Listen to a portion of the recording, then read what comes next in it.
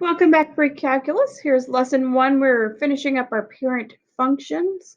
I want to say that if you are familiar with all of your parent functions, please do skip to the very end instead of skipping the entire video. The very end, we're going to do a new function that we did not see in Algebra 2. It's called the step function. You'll see it in just a minute. But we're going to start off here with the square root function. That's y is equal to square root of x. For this one, our domain is restricted from 0 to infinity. We're going to include 0 because we do have a point there at 0, 0. Our range is also going to be from 0 to infinity because our y values start at 0. And even though this looks like it flatlines, it does continue onward and upward into infinity. For our x-intercept and y-intercept, for both of these, we just have 1, and that's at 0, 0 for both of them. For the square root function, are we symmetrical about the y-axis? Nope. Are we symmetrical about the origin? No, there's nothing happening here either. So since we're not symmetrical with respect to either of those, there is no symmetry. And if there's no symmetry, we're neither even or odd. No symmetry, and this is a not even or odd. All right, we are continuous on the entire domain though, because once we start drawing that square root function, we don't pick up our pen again. There's not any asymptotes. So we're continuous on the entire domain, which is 0 to infinity. For the end behavior, we don't really have end behavior.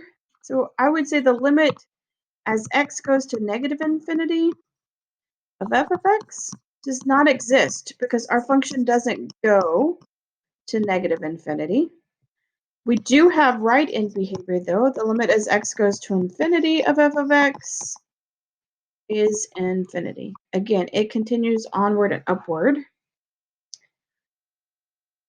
And what else were we asked to do? Oh yeah, increasing or decreasing. Our parent function here is increasing on the entire domain, which is 0 to infinity. I almost did it. What did I almost write? A bracket. What's wrong with that? No brackets when we're talking about increasing. So we're increasing on 0 to infinity. At 0, I can't say we're increasing or decreasing. It's an endpoint. All right. Let's find a new color for our rational functions. This is where our continuity gets a little fun. All right, for our rational function, that's 1 over x. That's our most basic parent rational function, the reciprocal function.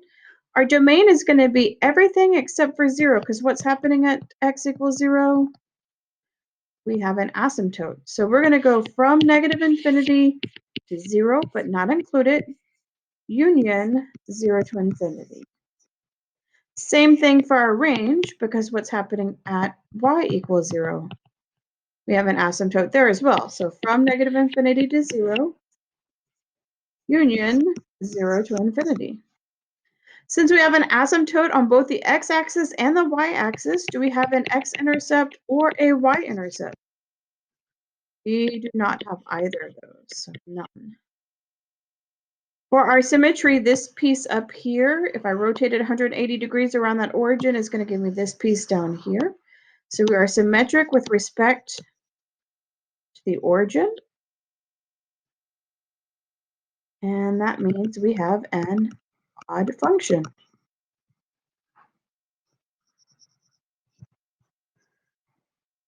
Do we have a continuous function?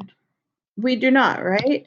Because when I start drawing, I have to pick up my pen so that I can draw the second half of my graph. What kind of discontinuity do we have here? I have an asymptote, goes down to negative infinity on one side, up to positive infinity. That's my clue that I've got an infinite discontinuity at x equals 0. Our end behavior is dictated by those horizontal asymptotes. So the limit as x goes to negative infinity of f of x, it's going to go towards that horizontal asymptote, which is at 0. Same thing for the limit as x approaches infinity of f of x is also going to be 0. And finally, we need to think about where we increasing or decreasing. I'm going to erase this bit here so I have more room. If we're going left to right, we are decreasing for this piece, right? It's getting smaller, and I pick up my pen. What happens when I go to left to right of this piece? It is also decreasing. So we're decreasing on our entire domain, but that, remember, that's not negative infinity to positive infinity. That's negative infinity to 0, union 0 to infinity. All right, let's get crazy and go to some pink for the absolute value function. Absolute value, our domain is going to be all real numbers, infinity to positive infinity. The range is restricted just like the quadratic function. We go from 0 to infinity. We're going to include 0 because we have a point there.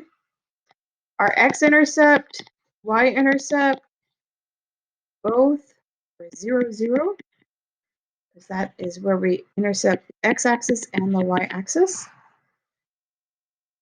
We are symmetrical about the y-axis because this piece is reflected on the other side of the y-axis over here. Symmetric across the y-axis, which means we are what? An even function, right? So we have got symmetry for y-axis about the origin. How come we are not symmetric across the x-axis ever? Or if you were symmetric across the x-axis, what would you not have? A function, right? So then we couldn't be even or odd because it's not a function. All right, little sidebar there. All right, coming back, we wanted to know next, do we have any discontinuities? For the absolute value function, we don't have any discontinuities. I can draw the whole function without picking up my pen. So we are continuous on the entire domain. I'm not sure you could read that, but that says continuous on negative infinity to positive infinity. Our end behavior, the limit as x goes to a negative infinity of f of x, y is going to positive infinity, so positive infinity, and the limit as x approaches positive infinity of f of x is also going to positive infinity. Now, what's fun about the absolute value function is it is decreasing on half of it and increasing on the other half. So we are decreasing from negative infinity to 0. Do I include that 0? No, right? We never, ever, ever include it when we're talking about increasing or decreasing. Always have parentheses, no brackets. And then we're increasing on the other half of the graph. So from 0 to infinity without the bracket. All right, that leaves us up to step function. I'm going to have to talk about that a little bit more because it's new. So I'm going to save that for its very own graph, and that is going to come up next.